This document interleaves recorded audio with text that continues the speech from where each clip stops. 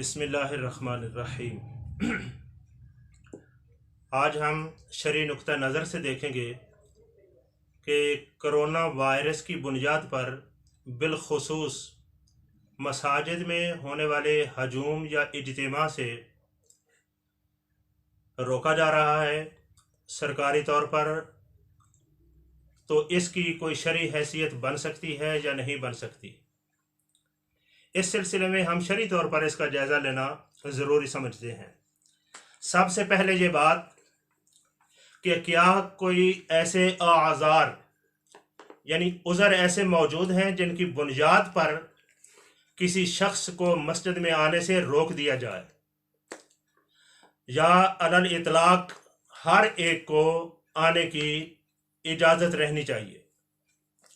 تو اس سلسلے میں کئی چیزیں حدیث کے مطالعہ سے سامنے آتی ہیں۔ بالخصوص حضرت سیدنا جابر بن عبداللہ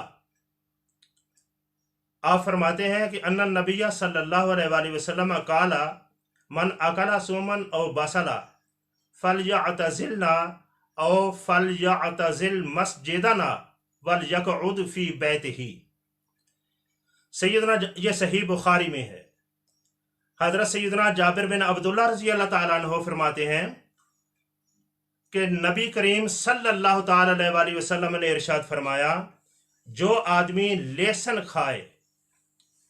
کھایا ہو، تھوم یا پیاز، فلیعتزلنا، بس وہ ہم سے جدا رہے، ہم سے دور رہے، او یا حضرت سیدنا جابر کہتے ہیں کہ یا آپ نے یہ لفظ فرمائے فلیعتزل مسجدنا، ہماری مسجد سے دور رہے، ولیقعد فی بیتہ، آگے اس کے بعد یہ مزید یہ الفاظ فرمائے ولیقعد فی بیتہ، اپنے گھر میں بیٹھا رہے، ولیقعد فی بیتہ کہ اپنے گھر میں بیٹھا رہے۔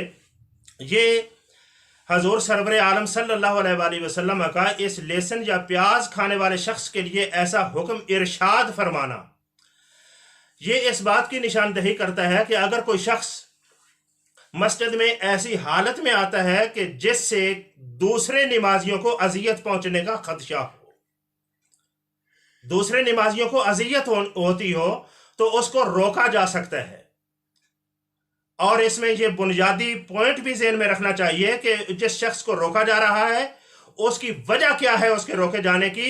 اس کو ایک ہے کہ جس کو روکا جا رہا ہے اس کو تکلیف کے زد میں آنے کا خدشہ ہے، ایک یہ ہے کہ اس کی وجہ سے دوسروں کو تکلیف ہو رہی ہے۔ یہاں حضور صلی اللہ علیہ وآلہ وسلم کا ارشاد گرامی یہ بتا رہا ہے کہ جس کی وجہ سے دوسرے نمازی تکلیف کی زد میں یا تکلیف کے شکار ہونے کا خدشہ ہے، اس کو روک دیا جائے۔ تو یہاں اور اس کے علاوہ حضرت انس بن مالک رضی اللہ تعالیٰ عنہ سے ایک شخص نے یہ سوال کیا تھا کہ ما سمعت نبی اللہ صلی اللہ علیہ وآلہ وسلم فی الصوم، یہ بھی اسی چیپٹر میں صحیح بخاری میں موجود ہے۔ انس بن مالک سے ایک شخص نے یہ سوال کیا کہ آپ نے اللہ کے نبی کریم صلی اللہ علیہ وآلہ وسلم کو کیا فرماتے سنا ہے لہسن کھانے کے بارے میں؟ تو فقال، تو انہوں نے فرمایا قال النبی صلی اللہ علیہ وآلہ وسلم من اکل من هذه الشجرات، حضور فرماتے ہیں کہ جس بندے نے، جس شخص نے اس پودے سے کچھ کھایا، هذه الشجرہ، اس شجرہ سے، اس بوٹے سے، اس پودے سے، اس درخت سے، یعنی لہسن کے، اس سے کچھ کھایا، فلا یقربن ولا یصلین معنا، نہ تو وہ ہمارے قریب آئے اور نہ ہمارے ساتھ مل کر نماز میں حاضر ہو، ہمارے ساتھ نماز بھی نہ پڑھے۔ تو گویا اب آپ یہ دیکھنا چاہیے کہ لہسن کھانے والے اور پیاز کھانے والے کی اذیت کس حد تک ہے، وہ جو دوسروں کو پہچان سکتا ہے، اور یہ تقریباً اسباب کے علم کی روشنی میں یہ ایک حتمی بات ہے کہ یہ موت کا سبب نہیں بنتا، موت یا ہلاکت یا تلف عضو کا سبب نہیں بنتا، اس سے کم درجے کی اذیت ہے۔ تو حضور صلی اللہ علیہ وآلہ وسلم نے ایسے شخص کو نماز سے روک دیا تھا۔ اب اگر موجودہ حالات میں हमारे माहिरीन तिब मुशावरती बोर्ड के तहत या उनके अफसरान ये फैसला करते हैं और हुकूमत के साथ उनके मामलात चलते हैं, बिल इत्तिफाक ये फैसला करते हैं कि अगर इस तरह लोगों का हजूम बन जाए तो ये सब की जान की हिलाकत का सबब और बायस हो सकता है।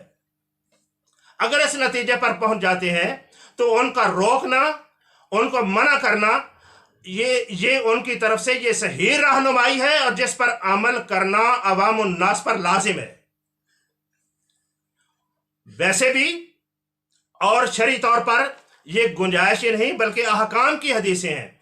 और इसकी दूसरी जानिब ये भी अगर समझ सकें तो बाज़ ऐसी रुकावटें हमने फिकही बुनियादों पर बनाई हैं जिनकी वजह से हमने मसाजिद से रोका है।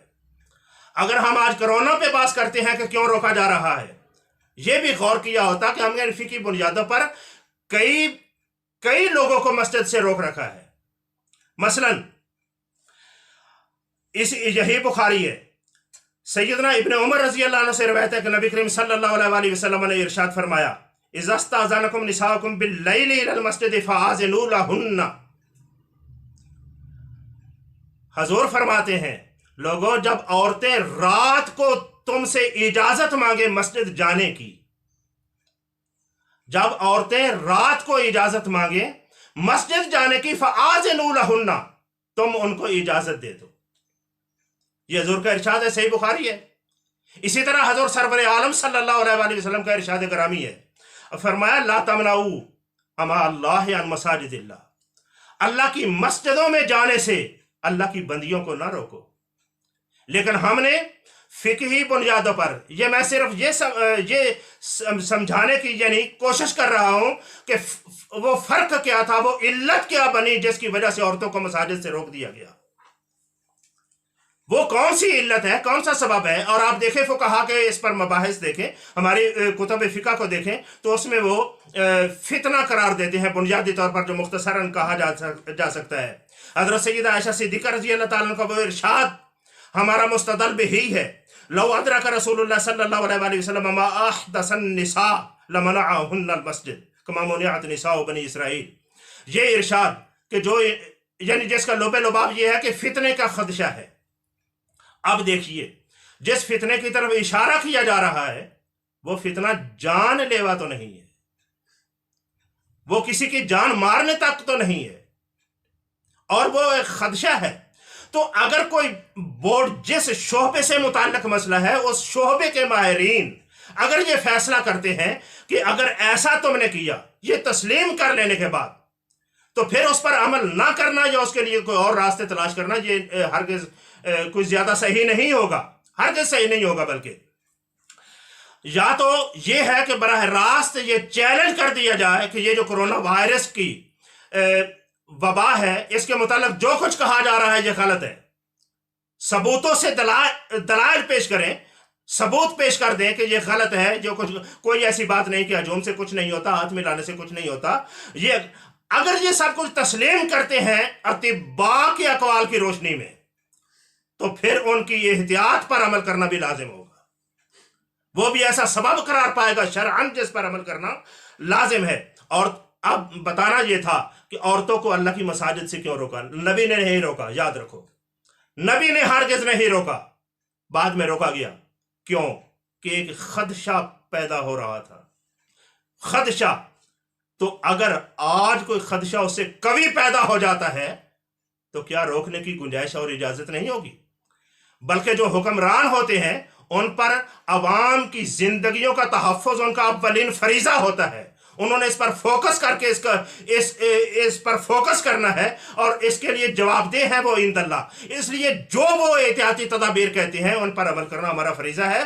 किसी तरीके से अड़ना या लड़ना ये हमारे लिए रवा नहीं। बल्कि यहां तक देखें, हजूर सल्लल्लाहु ताला अलैहि वसल्लम ने बच्चों को मस्जिद से आने से रोका था, मजानीन को रोका था, सही बुखारी में मौजूद है। और हमारे यहाँ बच्चे आते हैं और हम क्या कहते हैं, इसलिए कि अगर रोक दिए जाए तो इनको मस्जिद में आने जाने दिलचस्पी नहीं रहेगी, नुकसान होगा, हरज होगा। तो अगर इन फिकी इल्लतों की वजह से किसी के रोकने और किसी रोके हुए को मस्जिद में आने की इजाज़त दी जा सकती है, तो आज की इल्लत पर फोकस करो। उस पर दलाइल पेश किए जाएं, या तो कहो ये इल्लत गलत है। मसलन ये आप देखें, ये पिछली दिनों हमारे मोहतरम मुफ्ती मुनीबुर रहमान साहिब दामत बरकातुहुमुल आलिया, उन्होंने प्रेस कॉन्फ्रेंस के बाद ये कहा कि मसाजिद में नमाजी आएंगे और जो 50 साल की उम्र से जायद का होगा वो भी ना आए, और जो बच्चे हैं वो भी ना आए। आप पूछते हो कि आप यानी ये सिर्फ तवज्जो दिलाने के लिए कि 50 साल के बाद आने वाले को जो कहा गया कि ना आए, क्या ये हजूर का हुक्म था? वो किस बुनियाद पर? वो उसी फिकी और तिब्बी इल्लत की बुनियाद पर है जो उन्होंने समझी, जो वो समझ चुके थे। और ठीक है फैसला, क्योंकि उनमें कुव्वत मुदाफत उन्होंने फरमाया वो कम होती है, इसमें कोई शक नहीं। लेकिन ये भी याद रहे, ये हमारा शोबा नहीं है तिब वाला, लेकिन बताना यह था कि ये फिकी इल्लत निकाल ली गई, तो जब यही इल्लत माहिरीन तिब हजूम की सूरत में बयान करते हैं तो उसको भी कबूल किया जाए। अल्लाह रब्बुल आलमीन जल्ला जलालहू हमें ऐसे हंगामी मसाइल में सेहतमंद और सही और दुरुस्त फैसले करने की तौफीक अता फरमाए।